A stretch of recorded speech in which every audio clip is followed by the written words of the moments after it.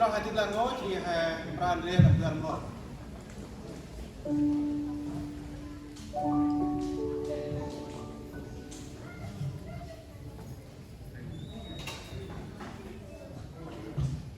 hôm nay là hôm anh ra hoa mát em là anh ra hạt hè tầm từ kita dapat bermain kata dan pakaian lah hôm ra biar pakai hai kita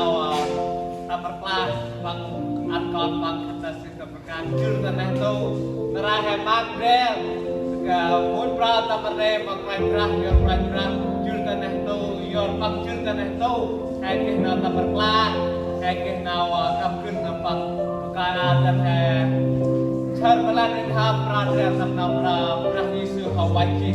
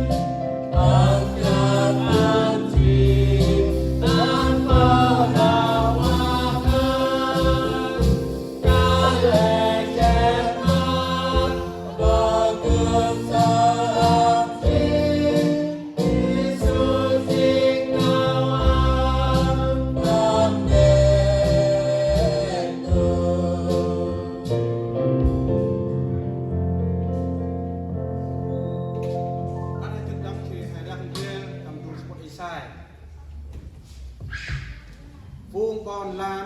than răng riêng. Phuong con lan than chiếc cầm ngào ngò, sờ chi ngào an, tết ngào an, tràn chiếc mà phù hút cầm rì ngọt lệ. Ada đang nào này. The people walking in darkness see the great light. On those sleeping in deep darkness, a light has come. Dan dulu jangan kurang yang di bersam.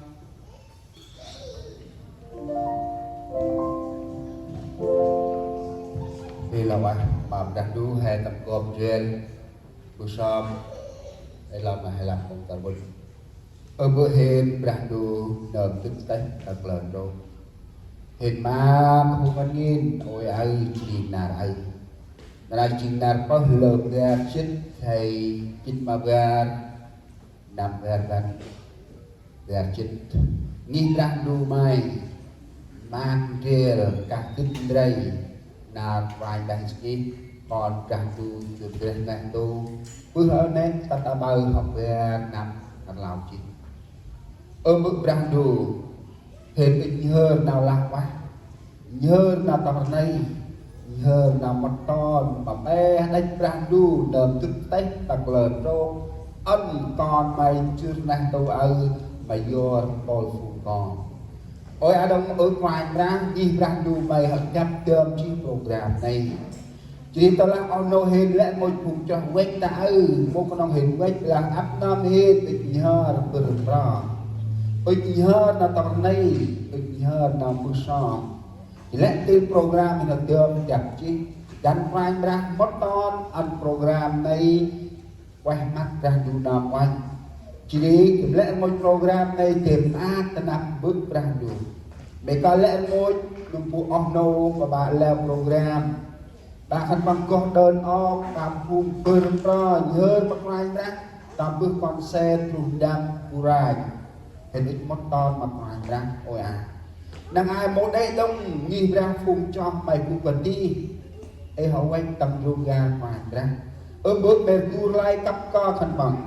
bằng xích kinh ra cùng ăn treo mà mày ấp ở đâu hình của tâm nào chi quét thành bằng một thiên tắt tâm na bước để cầm coi chưa khơi thành bằng bạn ở đâu hình dù rõ tròn còn lại ngôi program hình tượng giam chân vương cung trên tạm vương và đi tắt tầm trôm mà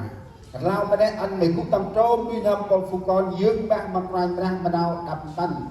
bạn ở đâu hình ra bạn vương mà cái số để bạn khăn bằng dương he oi adong khẩn bằng kia mặt rel hên một cái làm rằng đủ kinh khẩn bằng hình ác rel oi hơn program tập tim bước chia lại nằm mong con thầy Jesus Christ Amen dan Thì là vậy mà cùng cho hai nói bạn đúng một cái đang vì nói bạn đúng một cái đang vì cấp giáp cùng cấp ra cùng con xe cần con xe vì này đang room support ai sai bộ bao trong sinh hoạt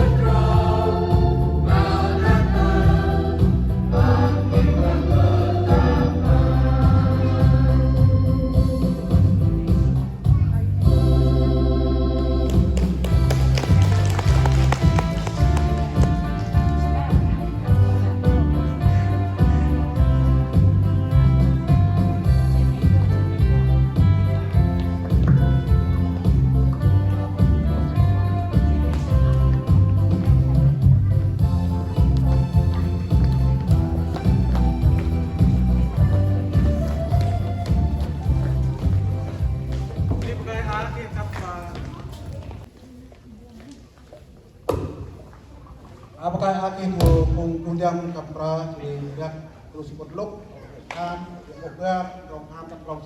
mengwan.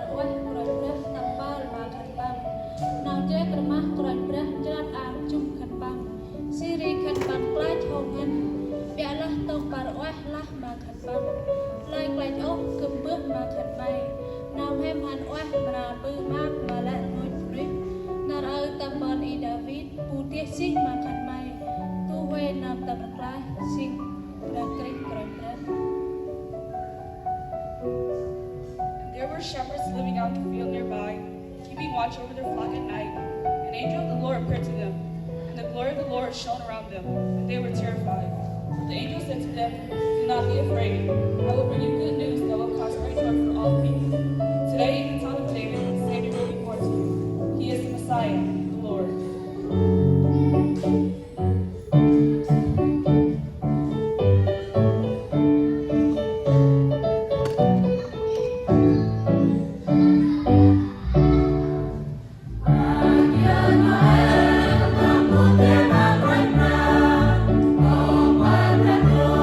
Prabu Damai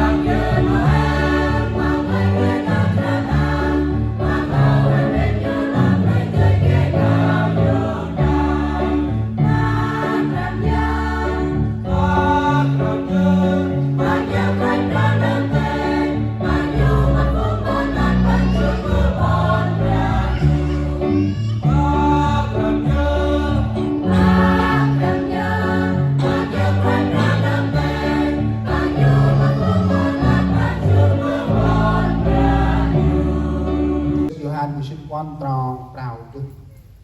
Giêsu là cướp chỉ tròn ở đây chỉ đầu đi ngân một cái bữa đi từ hành tắt mà bước còn nòng tổng cướp được Giêsu chỉ tròn mà khăn này chỉ cướp làm một con này sẽ đi berarti tóc này một cái binh sầm chát mang ai cần bằng hắn tâm đi chơi chát này cần bằng mà họ trọc tâm đi chơi chát cái hắn tâm đi Israel một cái nào tàu cha đi ông chỉ bom ai tầm bên là bom cha đi dùng ai tầm bên mà dùng đi một cái tam si tam lệ thì ngoài ra cái đồng dứt leo Israel tầm quan chết năm thì hành tất tận đây đặt còn ra tầm bên lệ đang năm con ai bay chỉ cướp cú đi tận đây tôi ăn ngoài ra sắm tay riêng cái nát xa áp nom hè tay riêng hè nom thì tay riêng mà lại muốn ông nô ba đồng cái mà hai cái sai bọn đánh răng đủ chúng ta cần tự họ to gặp chi mà lại một trẻ hãy cho ăn cơm mày tay đã lấy suy trình nào ăn lắm bí mà buồn he là ai mong hành chi để chúng ta biết Chúa Giêsu là sự sáng thật còn chúng ta ngày nay thì thế nào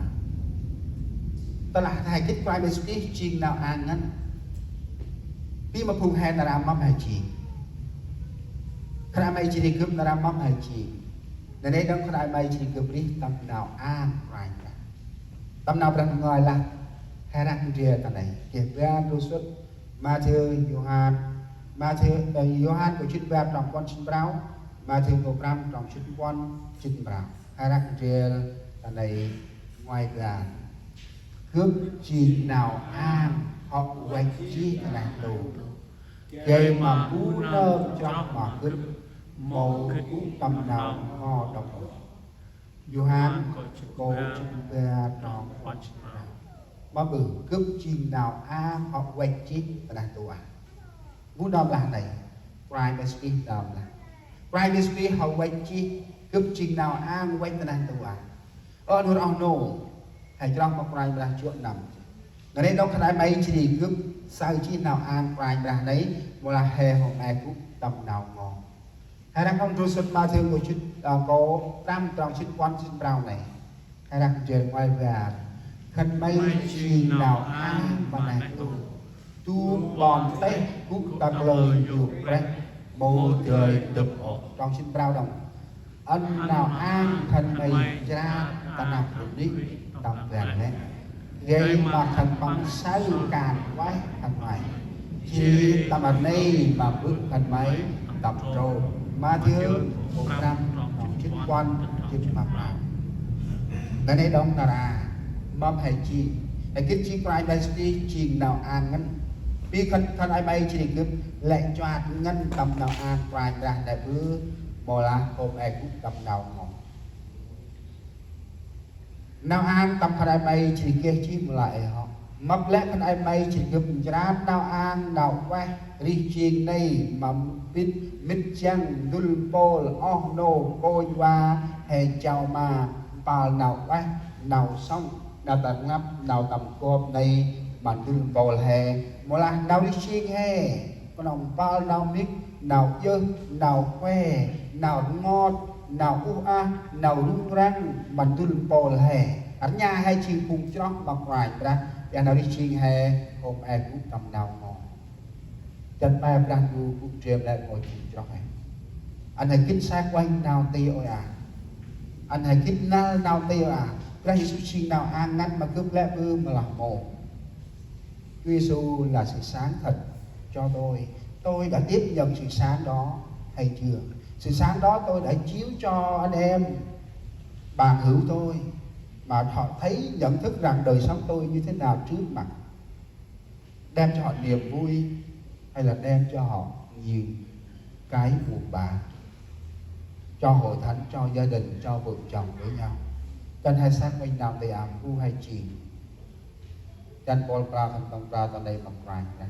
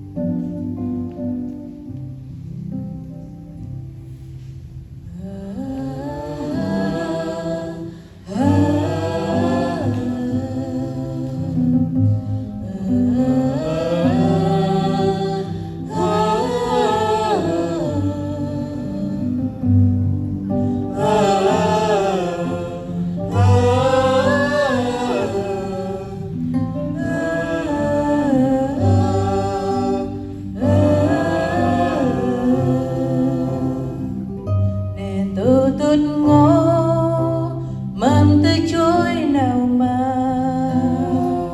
hằng tiền nào ra ngon ăn chiếc chiếc mập nồi bao nhiêu nào răng mang chiếc chiếc đứa ngày chi áp tục mà krang yon ranh ra chur tiền nuôi hàm mặt ngọt về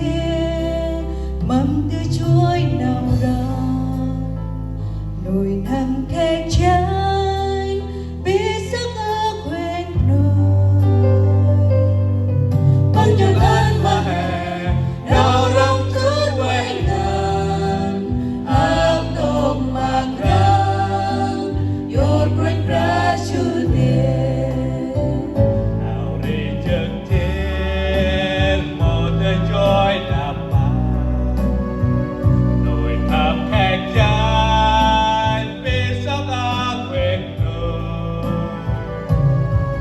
bằng đợt nào cầm cơn nào rong chú nuôi thang áp tục mà krang yon ranh ra chur tiền trong con tim Giêsu anh rồi bạn anh lòng hết có tiếng nào kể dài bao nhiêu lẽ đang vì ước mơ phép trôi hẹn ám đông mà krang yon ranh ra chur tiền nè tutun ngó mầm tươi trôi nào ám ăn tiền nào ngon ăn chiếc trên map nơi bao nhiêu nào mà làm chân trên cứ ngày chi ám tục mà krang yon ranh ra chur tiền ám tục mà krang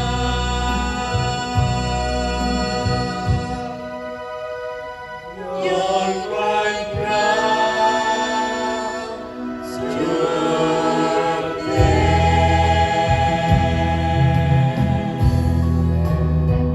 Nên hãy tức lên ngôi hẹp ra tụ tạo tài Tâm nào ra trên thức đây Gần bác cho nên chỉ hẹp ra Tâm áp năm hẹp bên tâm nào ra Hay gần nhìn